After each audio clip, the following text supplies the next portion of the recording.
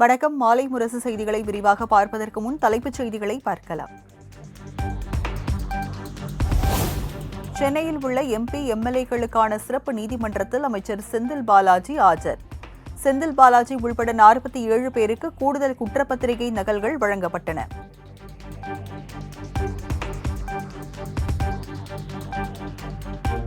நடிகர் திலகம் சிவாஜி கணேசனின் 97வது பிறந்தநாளையொட்டி அவரது மணிமண்டபத்தில் முதலமைச்சர் மு.க.ஸ்டாலின் மரியாதை. சிவாஜி கணேசனின் புகைப்பட கண்காட்சியை பார்வையிட்டார்.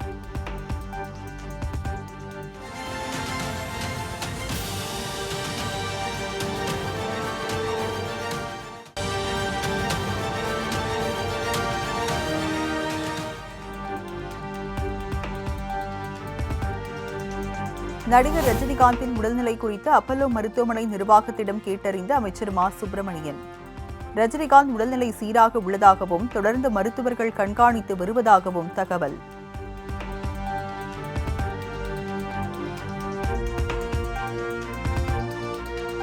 மருத்துவமனையில் அனுமதிக்கப்பட்டுள்ள சூப்பர் ஸ்டார் ரஜினிகாந்த் விரைந்து நலம் பெற உழைக்கிறேன்.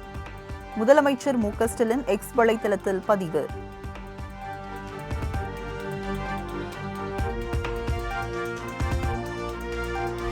நடிகர் ரஜினிகாந்த் விரைவில் குணமடைய ஆளுநர் ஆர்.என். ரவி வாழ்த்து. உலகெங்கிலும் உள்ள கோடிக்கணக்கான ரசிகர்களுடன் சேர்ந்து தானும் வேண்டிக் கொள்வதாக ஆளுநர் ஆர்.என். ரவி எக்ஸ் வலைதளத்தில் பதிவு.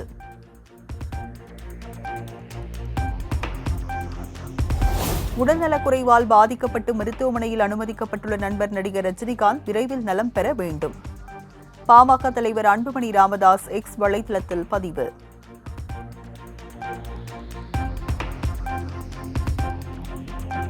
சென்னை அருகே கோவிலம்பாக்கத்தில் உள்ள பிரபல தனியார் மருத்துவமனைக்கு மர்ம நபர்கள் வெடிகுண்டு மிரட்டல். இமெயிலில் வந்த மிரட்டலை அடுத்து வெடிகுண்டு செயலிழப்பு நிபுணர்கள் சோதனை.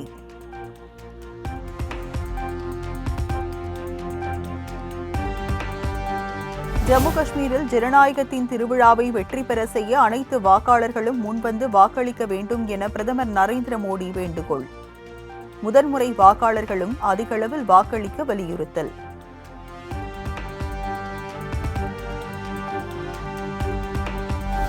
ஜம்மு காஷ்மீர் தேர்தலில் ஜனநாயக முற்போக்கு ஆசாத் கட்சி தலைவர் குலாம் நபி ஆசாத் வாக்களித்தார்.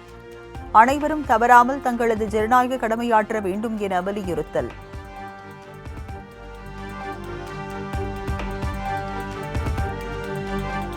ஜம்மு காஷ்மீர் சட்டப்பேரவை தேர்தலுக்கான 3ஆம் கட்ட வாக்குப்பதிவு விறுவிறுப்பு. காலை 9 மணி நிலவரப்படி 11.6% வாக்குகள் பதிவு.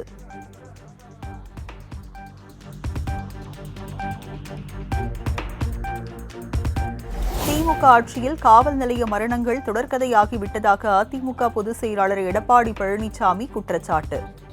எடப்பாடி திருச்சி மத்திய சிறையில் கைதி உயிரிழந்தது குறித்து உரிய விசாரணை நடத்த வேண்டும் எனவும் வலியுறுத்தல்.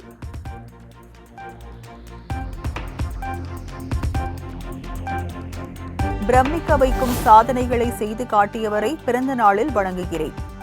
நடிகர் திலகம் சிவாஜி பிறந்த நாளையொட்டி அவரை நினைவு கூர்ந்த நடிகர் கமல்ஹாசன்.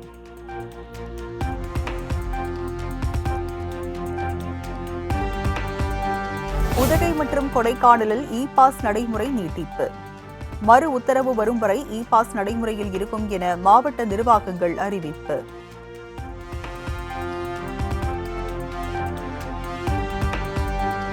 மேற்கு தொடர்ச்சி மலை வனப்பகுதியில் மழை பொழிவு நின்றதன் எதிரொலி. குற்றால அருவிகளில் தடை நீக்கப்பட்டு சுற்றுலா பயணிகள் குளிக்க அனுமதி.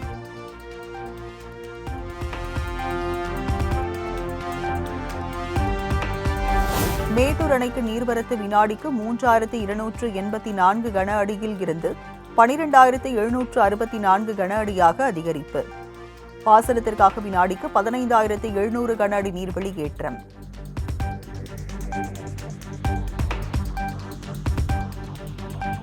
ஒகேனக்கல் காவிரி ஆற்றில் நீர்வரத்து வினாடிக்கு 14000 கன அடியாக உயர்வு.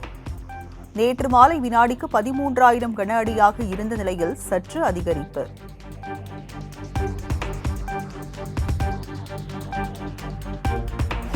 கோவை, நீலகிரி, ஈரோடு, சேலம் உள்ளிட்ட 7 மாவட்டங்களில் இன்று கனமழைக்கு வாய்ப்பு.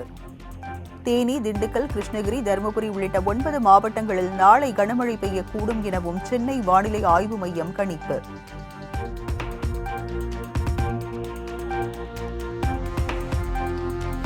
சென்னையில் ஆபரண தங்கத்தின் விலை சவரனுக்கு 240 ரூபாய் குறைவு.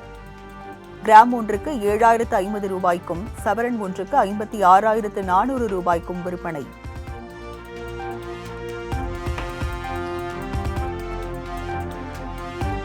பழனி மலைக்கோயில் ராஜகோபுரம் சேதமடைந்ததால் பக்தர்கள் அதிர்ச்சி.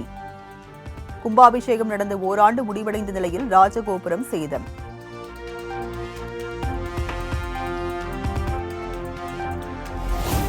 காந்தி ஜெயந்தியை முன்னிட்டு சென்னை காந்தி மண்டபத்தில் தூய்மை பணி மேற்கொண்ட ஆளுநர் RN ரவி கல்லூரி மாணவர்களுடன் சேர்ந்து தூய்மை பணிகளை மேற்கொண்டார்.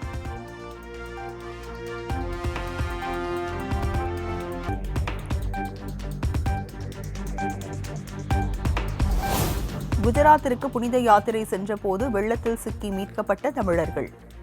ரயில் மூலம் சென்னை வந்தடைந்த 26 பேரையும் அமைச்சர் ஆவடி நாசர் வரவேற்றார்.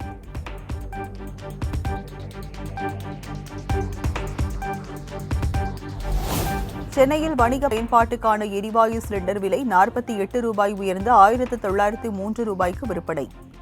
வீட்டு உபயோக சிலிண்டரின் விலை மாற்றமின்றி 818 ரூபாய்க்கு விற்பனையாகிறது.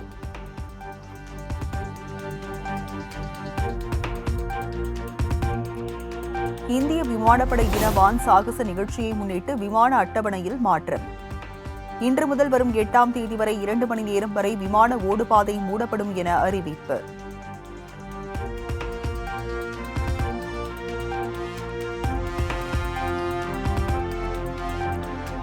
திண்டுக்கல் மாவட்டம் வத்தலகுண்டில் கொட்டி தீர்த்த கனமழையால் காட்டாற்று வெள்ளம். 80 அடி நீளமுள்ள காம்பவுண்ட் சுவர் இடிந்து விழும் CCTV காட்சி.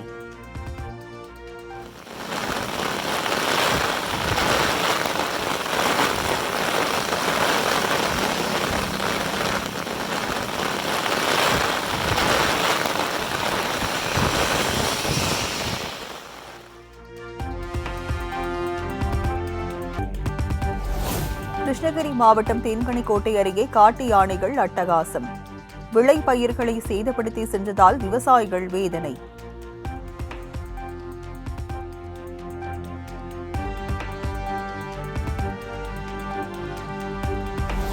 வேலூர் மாவட்டம் பேரணாம்பட்டு அருகே சாலையை மறித்து கிடந்த 14 அடி நீள மலைப்பாம்பு. பாம்பு சாலையை கடக்கும் வரை காத்திருந்து சென்ற வாகன ஓட்டிகள்.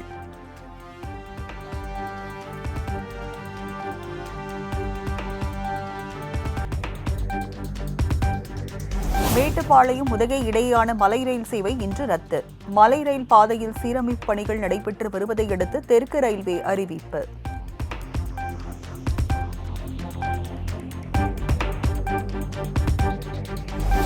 வெள்ளத்தால் பாதிக்கப்பட்ட குஜராத், மணிப்பூர், திரிபுராவிற்கு 675 கோடி ரூபாய் நிதி ஒதுக்கீடு. மத்திய அரசு ஒப்புதல்.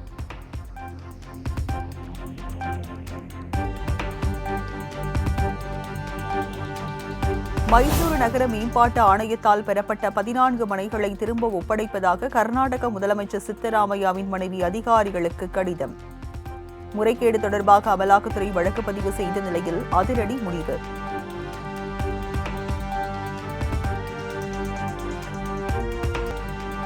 டெஸ்ட் கிரிக்கெட் வரலாற்றில் மாபெரும் சாதனை படைத்த ரோஹித், ஜெய்ஸ்வால் ஜோடி அதிக ஸ்ட்ரைக் ரேட்டில் 50 ரன்களுக்கு மேல் குவித்த ஜோடி என்ற பெருமையை பெற்றனர்.